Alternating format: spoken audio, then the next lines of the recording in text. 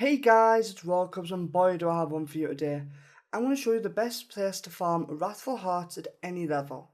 Now, everybody wants these hearts and they are so rare it's been insane, but I'm going to show you how to farm between 5 and 15 an hour. This is doable purely solo and you can expect about 5 or 6, and if you farm in a group you can expect upwards to 15, even 20 potentially. Now, we did this in a 3-man, we farmed for 20 minutes and we farmed 6, as you can see in our bags just there. Now, this is by far the easiest method and something I recommend you all stop doing now, stop doing and do it now due to a heart that is uncontrollably good. Okay, that is the butcher. The butcher, well, the way it works is if you crit an enemy, it causes all damage you do for a certain amount of time, between 2 and 4 seconds, to build up and explode.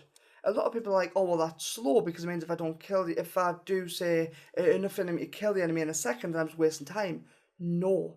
If you do more damage than the enemy's health, it will proc early, and it makes this insane for any form of build, speed running, as long as you can do crit damage. Now, I'm going to show you the full run. If you like what you see, don't hesitate to like and subscribe, and let's get into it. Let's clear the elephant in the room. My gameplay would be bad, and I'm not level 100 yet, I'm only 84, and that is because day 1 of release I have broken my hand and shattered 2 bones. So, playing is a bit interesting, but I digress and let's move on. So how do we do it?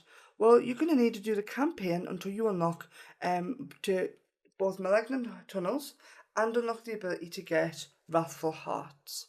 Now, the campaign starts in Kivishad, and I recommend doing the campaign through before you start these because the campaign is purely tied to these hearts and you will automatically get a guaranteed Wrathful upon completion it. Now, we want to go to a specific zone, and the zone we want to go to is the Untamed Shops inside of Dry Steppes. We're looking for the dungeon called the Ravening Pit. Now, as soon as you've completed... People have been bringing enemies over to me. As soon as you have completed your campaign, you will see you have unlocked the ability to do dungeons with this little green icon on. See if I can see another one because my body is covering it right now. There we go, this little green leaf, and this is the seasonal leaf, and it tells you that it is a dungeon that is specifically made for malignants. Now, as you can see, this one is the Ravening Pit. It's a malignant tunnel, and it says it's a brutal invoker, but that doesn't make a difference to us. What we're after is this is a specific type of dungeon that is very small and has a guaranteed 3 malignant enemies. Each one of these enemies has roughly a 5% chance of being Wrathful, meaning each time you run it you have roughly a 15% chance to find a Wrathful mob. Now this isn't great numbers, but it's better than the one every 2 hours you find in the open world. So let's take a look inside. And now the way to get to here, just to make it clear, is you go to Durandai and you run, which is where our Champion's Demise is, for those who remember. Again, Dry Steppes, there it is on the big map, and you then run east to this spot up here. Now, I like to skip the mobs when I'm inside. If you want a family experience, you're welcome to, because it is actually quite good experience. However, personally, I like to just run straight past them, because we're just after the one job here. So, as you run in, you are going to just follow the path around, and you are going to find 2 mobs on your mini-map, okay?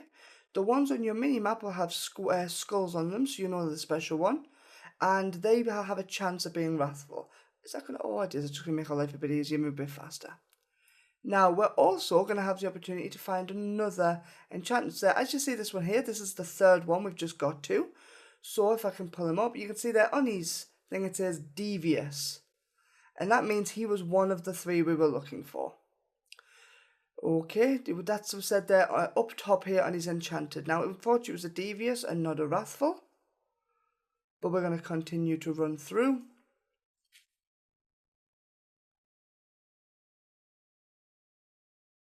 And do the big loop. There was one, and we've got a second Devious one here. Okay, we've already got plenty of the Devious, and the 3rd one, oh, we actually got 3 Devious. Okay. Now, as soon as you complete them, the easiest way to do it, the quickest way to get out, is actually to die. So if you're on hardcore, don't die. But if you're on softcore, the quickest way is to die, teleport out, revive a checkpoint, and then you'll revive at the door and just walk out the door. You have now 2 different ways to reset dungeons. You can click Map, click Q, and click the Reset Dungeons button.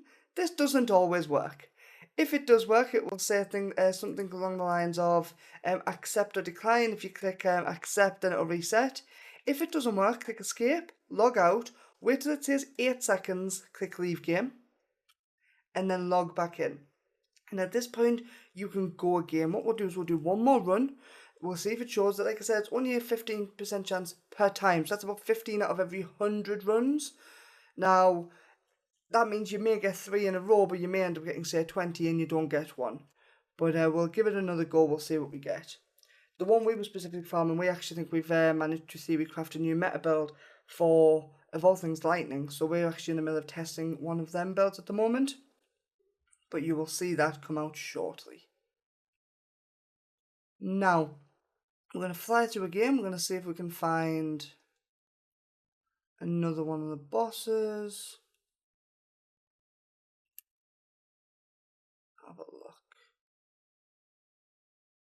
look. So you got brutal, as you can see on his, or up top it says it has brutal. And there we go, we'll just execute them. This one here is another brutal, unfortunately. And we'll see what the last one has. So when you do these runs, you have the 2 elites that are skulls on the map, as I've said, and the 1 random elite that will be through here. All 3 of them will either be devious, vicious, or wrathful, or brutal. Now, it has, like I said, roughly a 5% chance of being wrathful, and it's split evenly across the other 3. As we run down, we see the last one here is actually another brutal. It's a shame, they're not always the same type. Sometimes you'll get 1 of one, 2 of the other, but it's just a case of running this on repeat. Now, once you actually do find a Wrathful, what you're going to do is you're going to come over to where the heart is, and you are going to activate it. We do that by using your activation button. Now, for some people that might be left click. For me personally, I have that on scroll wheel. Once you've done that, it's going to spawn the enemy, you kill it, and it will drop the heart that you can use. So let's give this a go. Now, I'm sure most of you know how to do this part, but just in case you don't, as soon as it's spawned, you kill it nice and quickly. That 1.4 million damage is the bonus of the Butcher heart, as I showed you before. And as you can see on this one, we got Cage Trap Spell Breaking, which is taking elemental damage, you gain additional resistance. Unfortunately, the resistance is quite poor in this game, so I don't think it's going to be amazing for me. But you know what, at least it's another one to add to collection or to break apart and be able to craft the chests. Now, that's everything we need to go through, guys. If you like what you see, don't hesitate to like and subscribe. It really helps out the channel. And until next time, Cubs, you know it. Peace.